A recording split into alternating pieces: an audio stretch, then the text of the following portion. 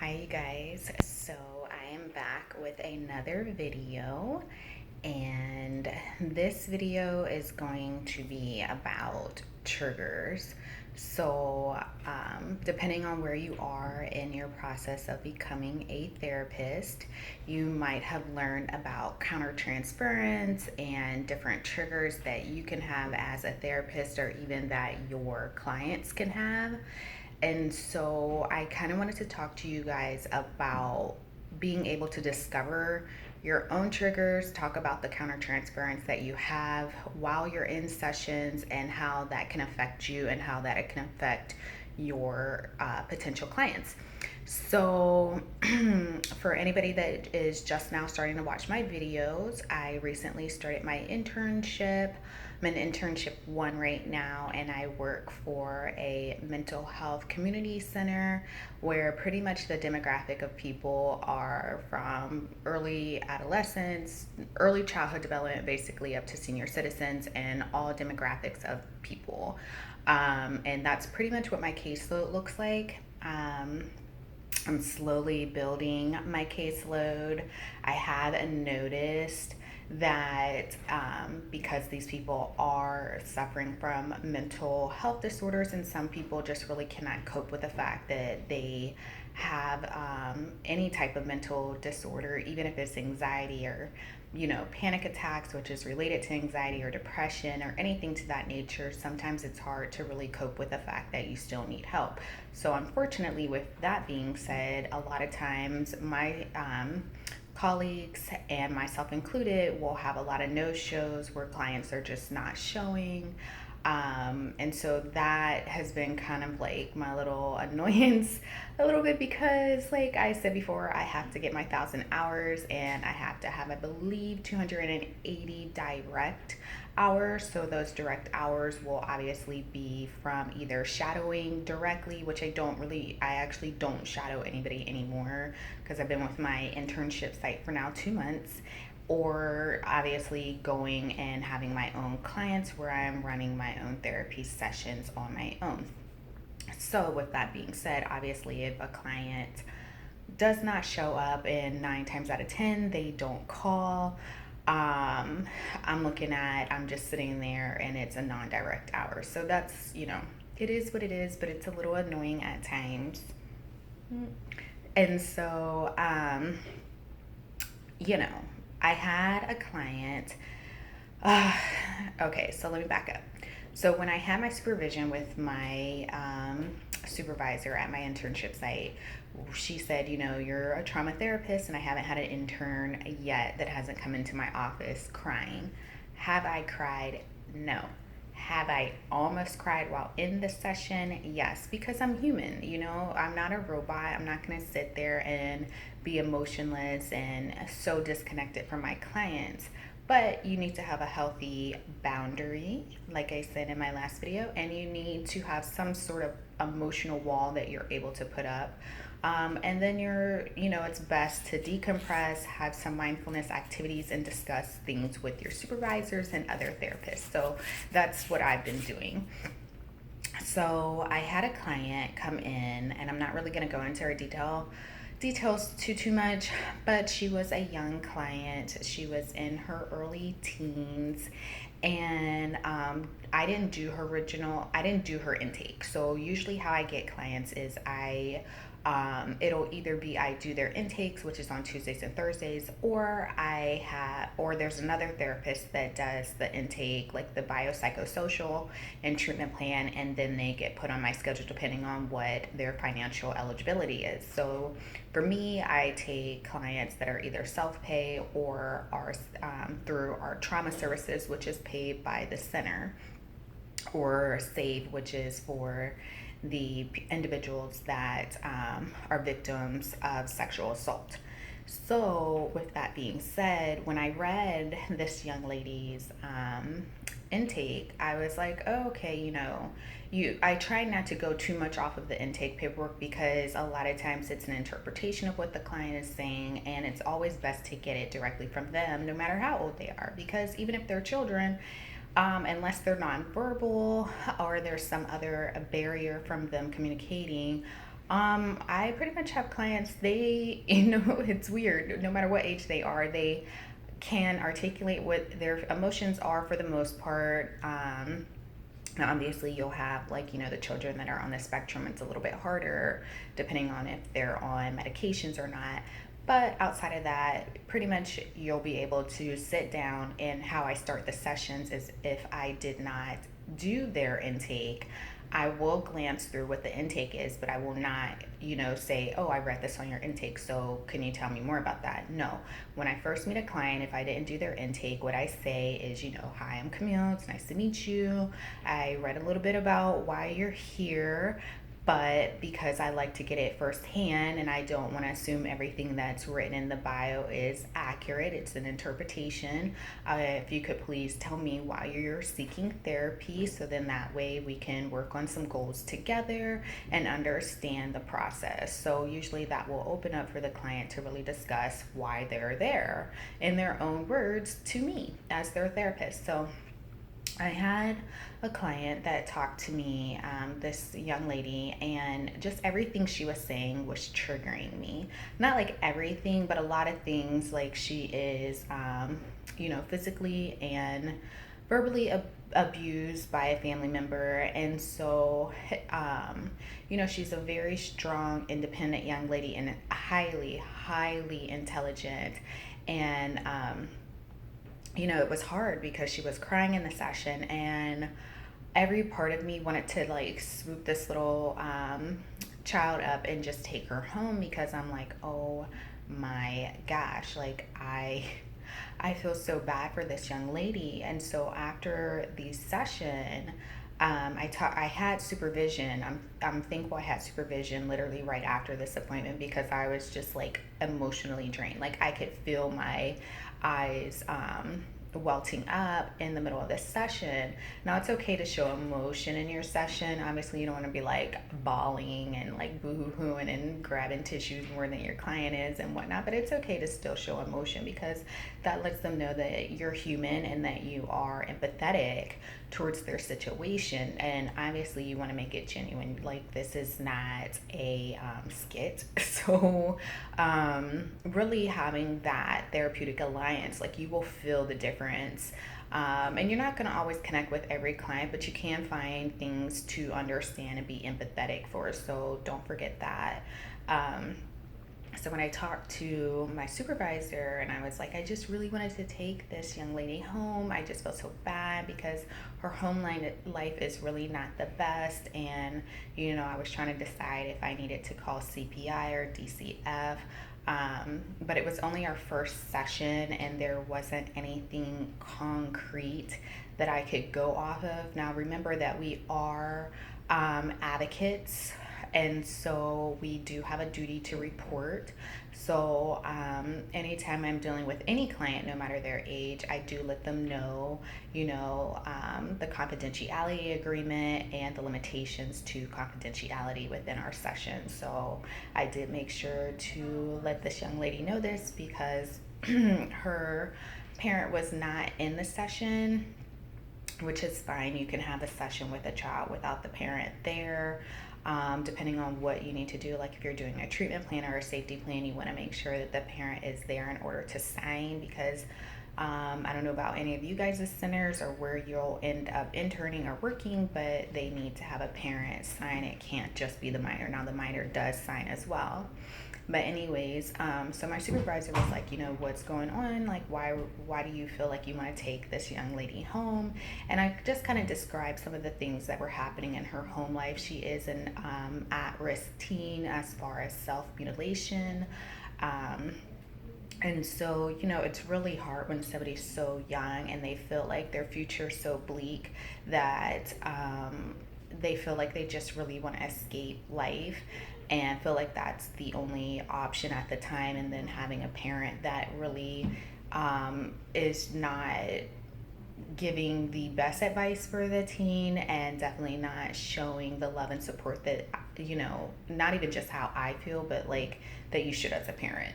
And so I told her, I said I felt really triggered because, some of the things she was saying was reminiscing with me in my childhood and some of the different stages in my home life.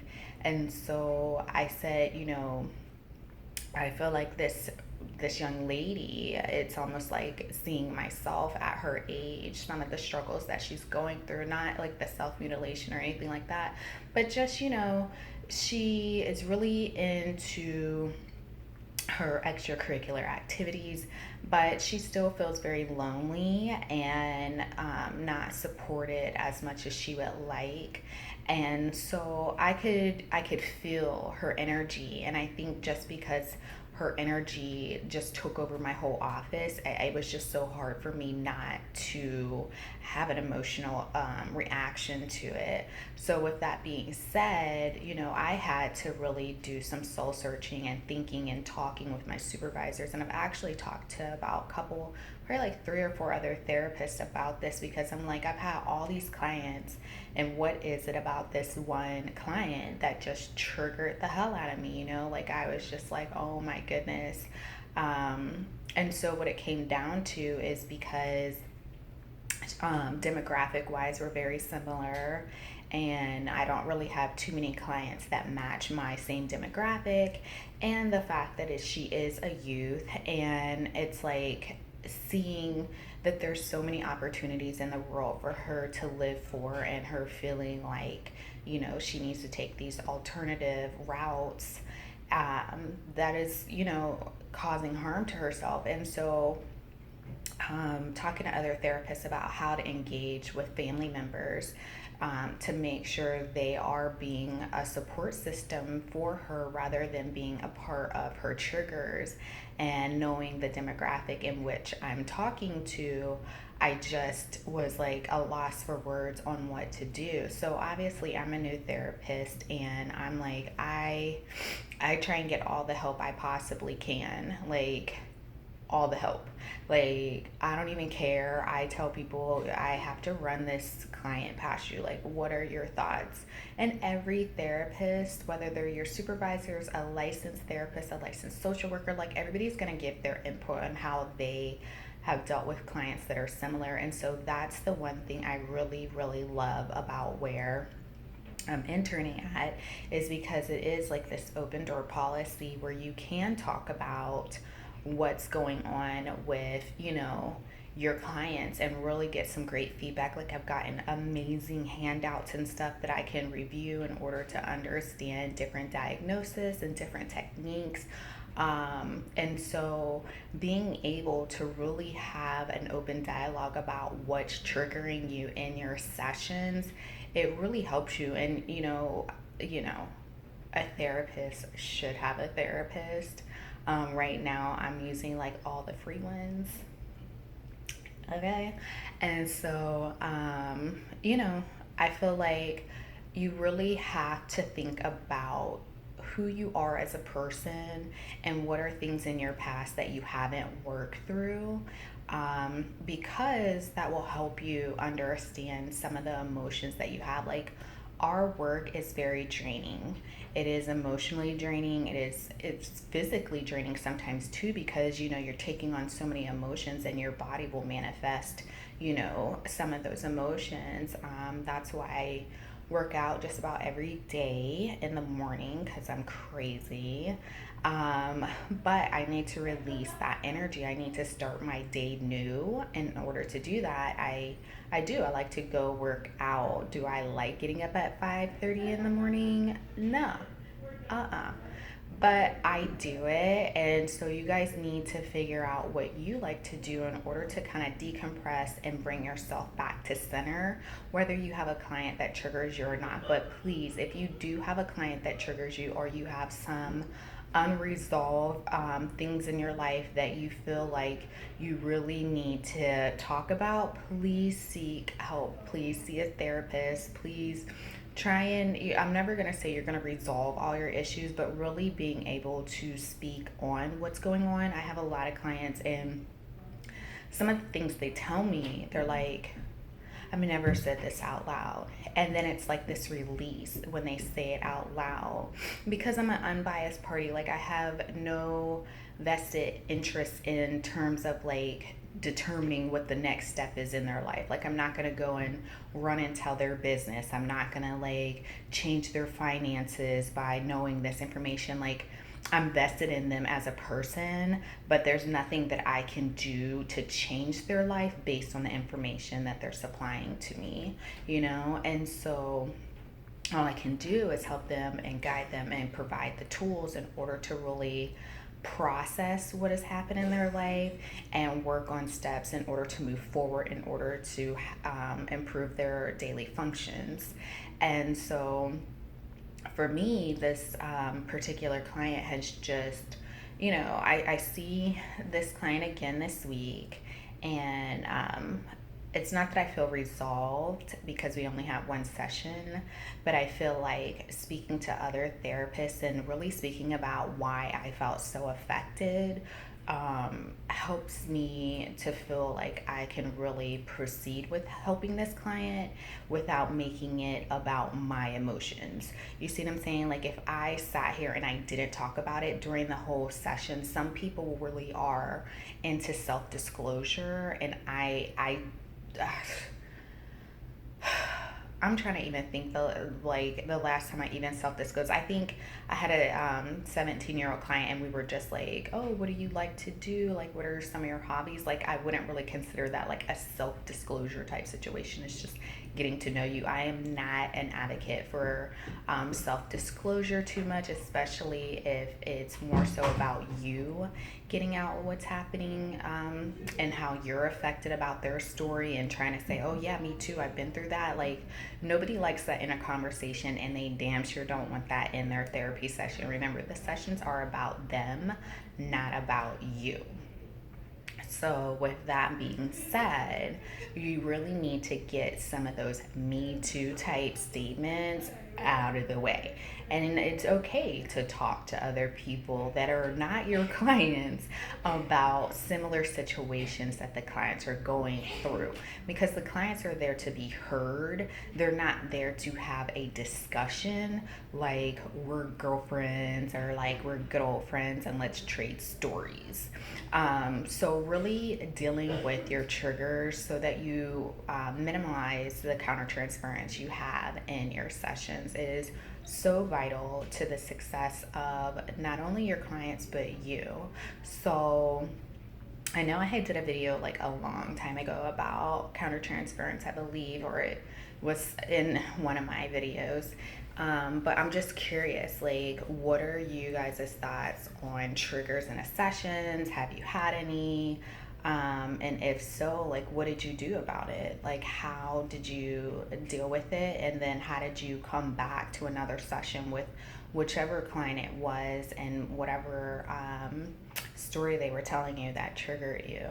Because I know for me, I feel like I've worked out a good amount of my reactions to this individual's story, but I guess I won't really know until I see her again to really see what my emotional response is.